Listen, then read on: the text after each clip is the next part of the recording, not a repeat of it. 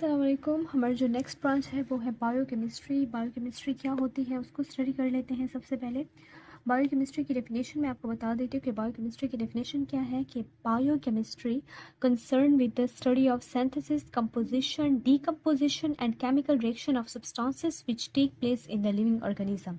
अब इस डेफिनेशन को लिख लेते हैं और फिर इस डेफिनेशन की ब्रेकडाउन हम खुद करते हैं और फिर इसका हर पॉइंट समझने की कोशिश करते हैं। अच्छा, तो study of synthesis, composition, decomposition and chemical reaction of substances which take place in living organism. Main जो पॉइंट है वो है सिंथेसिस, फिर है कंपोजिशन, फिर है डीकम्पोजिशन, फिर है chemical reaction of substances which take place in living organism. क्या मतलब है इसका? हमारे पास कि किस तरह हम लोग सिंथेसिस करेंगे, किस तरह कंपोजिशन होगी, किस तरह डीकम्पोजिशन होगी और क्या केमिकल रिएक्शन होंगे किसी भी सब्सटेंसेस में, ठीक है ना, कि भी किसी भी सब्सटेंसेस में जो कि लिविंग ऑर्गेनिज्म के अंदर मौजूद है। ठीक है, study of synthesis, composition, decomposition and chemical reaction of substances which take place in living organism. तो हमने कहा कि हम लोग सिंथेसिस भी पढ़ते हैं, कंपोजिशन भी पढ़ते हैं, डीकम्पोजिशन भी पढ़ते हैं, केमिकल रिएक्शन भी पढ़ते हैं सब्सटेंसेस का जो कि किसी भी लिविंग ऑर्गेनिज्म के अंदर मौजूद है। ठीक है बच्चे, अब हम इन सारे टर्म्स को समझने की कोशिश करते हैं कि इससे क्या मुराद है, ये डेफिनेशन हमसे क्या कहना चाह रही है। हमारे पास सिंथेसिस से क्या मुराद है? ठीक है, मेरे पास कोई भी सेल है। अब सिंथेसिस को हम समझते हैं कि सिंथेसिस से क्या मुराद है। मेरे पास कोई भी सेल है, ठीक है ना, वो आपस में मिलते हैं, ठीक है, और इनसे क्या बनते हैं? कोई कम्प्लेक्स मॉलिक्यूल्स बनते हैं। ठीक है, सेल्स आपस में मिले और मेरे पास कोई भी कम्प्लेक्स मॉलिक्यूल्स बना दिए। ठीक है, अब कम्प्लेक्स मॉलिक्यूल्स क्या क्या हो सकते हैं बच्चे? कम्प्लेक्स मॉलिक्यूल्स मेरे पास प्रोटीन्स भी हो सकते हैं, कम्प्लेक्स मॉलिक्यूल्स मेरे पास न्यूक्लिक एसिड भी हो सकता है। ठीक है, न्यूक्लिक एसिड भी हो सकता है। मैं जस्ट न्यूक्लिक एसिड का ये लिख लेती हूँ। ठीक है, और मेरे पास कम्प्लेक्स मॉलिक्यूल्स में लिपिड्स भी हो सकते हैं। ठीक है, ये मॉलिक्यूल्स है बच्चे, ठीक है ना, ये मॉलिक्यूल्स मैं बना रही हूँ। ठीक है ना, तो प्रोटीन्स भी हो सकते हैं, न्यूक्लिक एसिड भी हो सकते हैं, लिपिड्स भी हो सकते हैं, मेरे पास कार्बोहाइड्रेट्स भी हो सकते हैं, तो मेरे पास कुछ भी हो सकते हैं। तो मैंने जब सेल्स को मिलाया तो उनसे मैंने कुछ कम्प्लेक्स मॉलिक्यूल्स बनाए, जैसे प्रोटीन, न्यूक्लिक एसिड, लिपिड और कार्बोहाइड्रेट। अब इन सेल्स के मिलने से मेरे पास ये मॉलिक्यूल्स जो हैं, जो कम्प्लेक्स मॉलिक्यूल्स हैं, इनकी सिंथेसिस कैसे हुई बॉडी में? ठीक है, इन सेल्स के मिलने से इन कम्प्लेक्स मॉलिक्यूल्स की सिंथेसिस कैसे हुई बॉडी में, ये हम बायोकेमिस्ट्री में पढ़ते हैं। मेरे पास कोई भी लिविंग ऑर्गेनिज्म है बच्चे, ठीक है, मेरे पास कोई भी लिविंग ऑर्गेनिज्म है, चाहे वो मेरे पास कोई भी प्लांट है, ठीक है, या मेरे पास वो कोई भी ऑर्गेनिज्म है, ठीक है, मेरे पास वो कोई ऑर्गेनिज्म है, मेरे पास या कोई प्लांट है, कोई भी चीज़ हो, तो उनके अंदर ये जब सेल्स कम्प्लेक्स मॉलिक्यूल्स बना रहे हैं, प्रोटीन बना रहे हैं, न्यूक्लिक एसिड बना रहे हैं, लिपिड बना रहे हैं, कार्बोहाइड्रेट बना रहे हैं, ये सारे मॉलिक्यूल्स जो बना रहे हैं, proteins, nucleic acid, lipids, carbohydrate, ये सारे कंसेप्ट आप इंशाल्लाह पढ़ेंगे आगे। तो ये सारे कैसे बन रहे हैं, इनकी सिंथेसिस कैसे हो रही है? ठीक है, सिंथेसिस का मतलब तो पता है ना, किसी चीज़ का बनना। तो ये चीज़ें कैसे बन रही हैं? पहला पॉइंट ये सिंथेसिस। दूसरा पॉइंट हमारे पास है, दूसरा पॉइंट हमने डेफिनेशन में क्या लिखा है? कंपोजिशन। दिख नहीं रहा, मैं नीचे कर देती हूँ। कंपोजिशन, ठीक है, बनावट। कंपोजिशन वर्ड को मैंने पहले भी एक्सप्लेन किया था, लेकिन अब बायोकेमिस्ट्री की लैंग्वेज में थोड़ा मैं इसको एक्सप्लेन कर देती हूँ कि इनकी कंपोजिशन जो है, इससे क्या मुराद है हमारे पास? कंपोजिशन से क्या मुराद है कि मेरे पास structure and types of molecule जो किसी भी लिविंग ऑर्गेनिज्म में प्रेजेंट है। अब structure and types of molecule, आप कहेंगे पता नहीं क्या कह रही है ma'am, structure and types of molecule. मैं पहले चीज़ लिख लेती हूँ, फिर उसको अंडरलाइन करके उस चीज़ को समझाती हूँ ताकि आपको समझने में आसानी हो। Structure and type of molecule, ये सारा मॉलिक्यूल मैंने लिखा, मैंने पूरा नहीं लिखा, ठीक है ना, जगह ख़त्म हो गई है। Structure and types of molecule, कि मेरे पास जो मॉलिक्यूल प्रेजेंट है उसका स्ट्रक्चर क्या है, उसकी साख्त क्या है, ठीक है, वो किस किस्म का मॉलिक्यूल है, ये हम पढ़ते हैं कंपोजिशन। ठीक है, यानी कि हमने कहा ना study of composition of substances, ठीक है ना, डेफिनेशन को अगर तोड़े ना कि study of synthesis of substances which take place in living organism, study of composition of substances which take place in living organism. हमने पहले पढ़ा study of synthesis of substances take place in living organism, जो कि ये था। अब हम पढ़ रहे हैं कि study of composition of substances in living organism. तो कंपोजिशन को देख लेते हैं। कंपोजिशन से क्या मुराद है, मैं आपको एक एग्जांपल दे देती हूँ कि मेरे पास एक मॉलिक्यूल है, ठीक है। उसका नाम बच्चे आपको पता है, आपने सुना भी हुआ है। उसका नाम पता है क्या है? बहुत इजी, ग्लूकोज।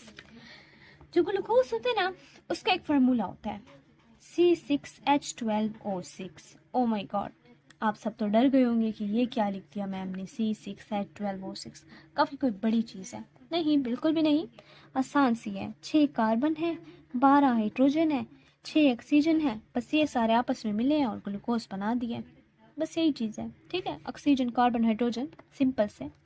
तो इनके मिलने से हमारे पास ग्लूकोज बना।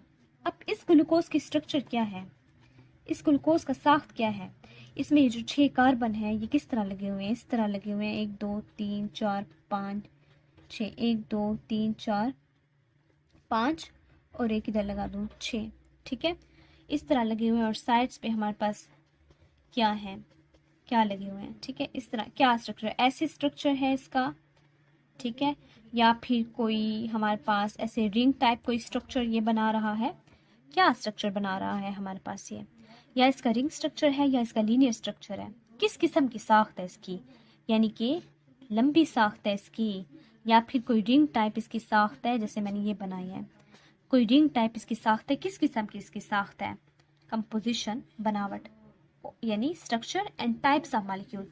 और मॉलिक्यूल कितने टाइप्स के पड़े हैं हमने अभी बोला है, मैंने अभी आपको एक्सप्लेन किया है कि इसके अंदर 6 कार्बन पड़े हैं, 12 हाइड्रोजन पड़े हैं, 6 ऑक्सीजन पड़े हैं, ठीक है।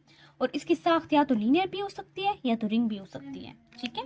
2 किस्म की साख्त मैंने बना दिया आपको कि इस किस्म की भी हो सकती है और इस किस्म की भी हो सकती है। इन दोनों में से ये भी हो सकती है, ये भी हो सकती है, ठीक है। एट अ टाइम दोनों भी एग्जिस्ट कर सकती है, कहीं रिंग में कहीं लीनियर में, ठीक है।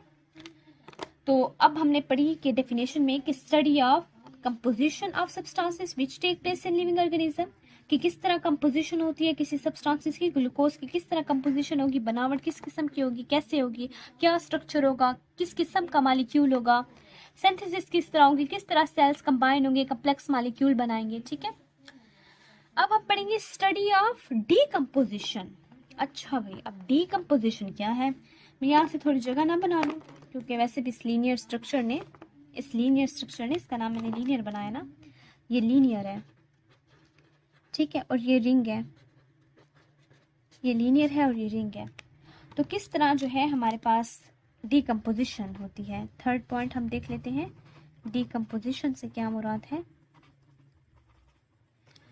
अच्छा, ये जो डीकम्पोजिशन होती है ना, इसका मतलब होता है कि कम्प्लेक्स मॉलिक्यूल्स का ना टूट के ना छोटे मॉलिक्यूल्स में कन्वर्ट हो जाना, ठीक है। कम्प्लेक्स मॉलिक्यूल्स का टूट के छोटे मॉलिक्यूल्स में कन्वर्ट हो जाना। मैं यहाँ लिख लेती हूँ कि कम्प्लेक्स मॉलिक्यूल्स है मेरे पास, ठीक है ना, इनका टूट के, ठीक है, इनका ब्रेकडाउन होना और किस में कन्वर्ट हो जाना, सिंपलर मॉलिक्यूल्स में कन्वर्ट हो जाना, सादा मॉलिक्यूल्स में कन्वर्ट हो जाना, ठीक है, सादा मॉलिक्यूल्स में कन्वर्ट हो जाना। मेरे पास कोई भी मॉलिक्यूल है जो कि काफ़ी हैवी है साइज़ में, ये मॉलिक्यूल है मेरे पास, काफ़ी बड़ा है, इसकी ब्रेकडाउन हुई, ठीक है, इसकी ब्रेकडाउन हुई और इसकी ब्रेकडाउन होने से क्या हुआ, ये छोटे छोटे मॉलिक्यूल्स में कन्वर्ट हो गया, ठीक है।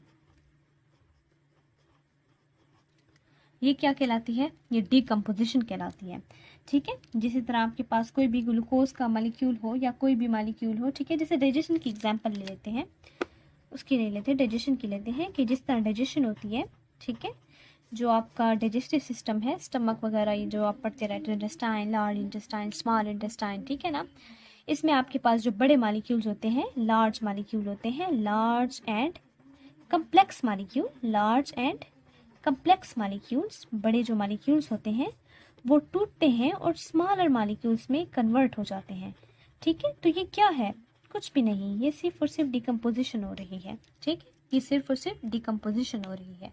तो ये डिकम्पोजिशन का कंसेप्ट है। अब हम आगे चलते हैं। आगे हमारे पास टर्म कौन सी यूज़ हुई है?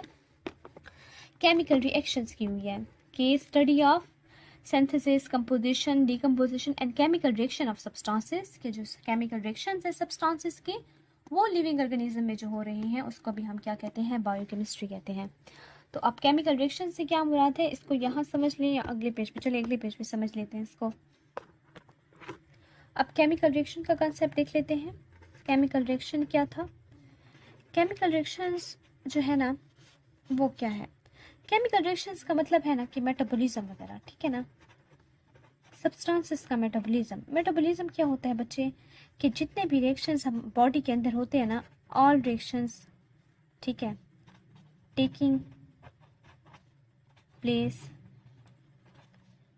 Inside the body of living organism, all यानी living organism is called metabolism. कि क्या जो भी रिएक्शंस हो रहे हैं, चाहे सेलुलर रेस्पिरेशन हो रही है, जो भी रिएक्शंस हो रहे हैं, ठीक है ना, एनाबॉलिज्म हो रही है, कैटाबॉलिज्म हो रही है, जो भी रिएक्शन, ये सारे मेटाबॉलिज्म के टाइप्स में आ जाते हैं। कि एनाबॉलिज्म, कैटाबॉलिज्म ये दो है ना, मतलब कैटा मतलब लार्ज मालिक्यूल, कैटाबॉलिज्म मतलब लार्ज मालिक्यूल्स का छोटे मालिक्यूल्स में कन्वर्ट हो जाना, और एनाबॉलिज्म का मतलब है कि छोटे मालिक्यूल का लार्ज मालिक्यूल्स में कन्वर्ट हो जाना, ठीक है। बस ये आपका टॉपिक से बाहर है तो इसलिए मैंने आपको ऐसे ही बता दिए। लेकिन बस केमिकल रिएक्शन का मैंने आपको बस ये समझाना था कि किस तरह मेटाबॉलिज्म होती है, सब्सटेंसेस होती हैं, ठीक है ना, सब्सटेंस होता है कोई भी, जैसे ग्लूकोज है, ठीक है ना, ग्लूकोज से अगर कोई बड़ा मालिक्यूल बनता है, ठीक है ना, कोई भी बड़ा मालिक्यूल बनता है, कोई भी बनता है, ठीक है ना, चाहे ग्लाइकोजन है, जो भी है, तो वो बनता है तो ऑब्वियसली कोई प्रोसेस होता होगा, कोई केमिकल रिएक्शन होता होगा, तब जाके बनता होगा। ऐवी तो नहीं कि ग्लूकोज का मालिक्यूल पड़ा और अचानक बड़े मालिक्यूल में कन्वर्ट हो गया, खुद से तो नहीं होता। कोई केमिकल रिएक्शंस होते हैं, किस में होते हैं? लिविंग बॉडी में हो रहे होते हैं, ठीक है, लिविंग ऑर्गेनिज्म में हो रहे होते हैं, ठीक है। अब जैसे प्लांट्स में फोटोसिंथेसिस हो रही है, ठीक है, तो ग्लूकोज प्रिपेयर होता है फोटोसिंथेसिस के थ्रू प्लांट्स में। तो हर बॉडी का अपना एक सिस्टम है। तो इस तरह एनिमल्स या ह्यूमंस में हम लोग देखें तो केमिकल रिएक्शंस जिस तरह हो रहे हैं, ग्लूकोज की फॉर्मेशन हो रही है, ग्लूकोज से या लार्ज मालिक्यूल्स बन रहे हैं, ये सारी केमिकल रिएक्शंस जो है लिविंग बॉडी के अंदर जो हो रहे हैं, ठीक है ना, तो ये हमारे पास किस में आ जाते हैं? ये सारे के सारे हमारे पास बायोकेमिस्ट्री में ही आ जाते हैं। उम्मीद करती हूँ आपको मेरा लेक्चर पसंद आया होगा। अगर पसंद आया है तो लाइक करें, शेयर करें और मेरे चैनल को सब्सक्राइब करें और बेल आइकन को ज़रूर प्रेस करें। अल्लाह हाफिज़।